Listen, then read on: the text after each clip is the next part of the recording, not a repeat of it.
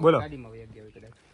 છોટાઉદેપુર જિલ્લાના પાવી જેતપુર તાલુકાના સટુન ગામમાં સીમ વિસ્તારની અંદર છેલ્લા 20 વર્ષથી ભૂવાપણું કરતા ભાઈ ગણપતભાઈ નાથુભાઈ નાયકા કે જેઓ દોરા ધાગા, લોકોને પરીક્ષામાં પાસ થવા માટે બોલપેન, કોઈપણને પગમાં બીમારી હોય તો માલિશ કરવા, આવા અનધિકૃત કાર્યો કરતા હતા અને એની માહિતીના આધારે ખરાઈ કરતા સત્ય નીકળ્યું હતું.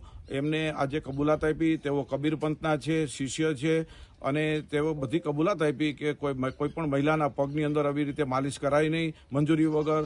આવું બિનઅધિકૃત મેડિકલ સારવારમાં બાધા નાખતા હતા, દોરા આપતા હતા, પરીક્ષામાં પાસ થવાની બોલપેન આપતા હતા. તેઓ રંગે હાથે ઝડપાઈ ગયા છે અને એને કબૂલાત આપી અને માફી માગી અને આજથી કાયમી ધતિંગ લીલા અને કપટ લીલા બંધની જાહેરાત કરી છે.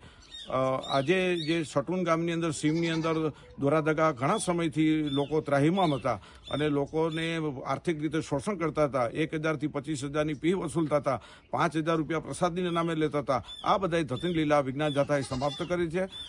કદવાલ પોલીસ સ્ટેશનની મદદથી અને જિલ્લા પોલીસ વડાની મદદથી આજે વિજ્ઞાન જાથાએ 1265મો સફળ પર્દાફાશ કર્યો છે.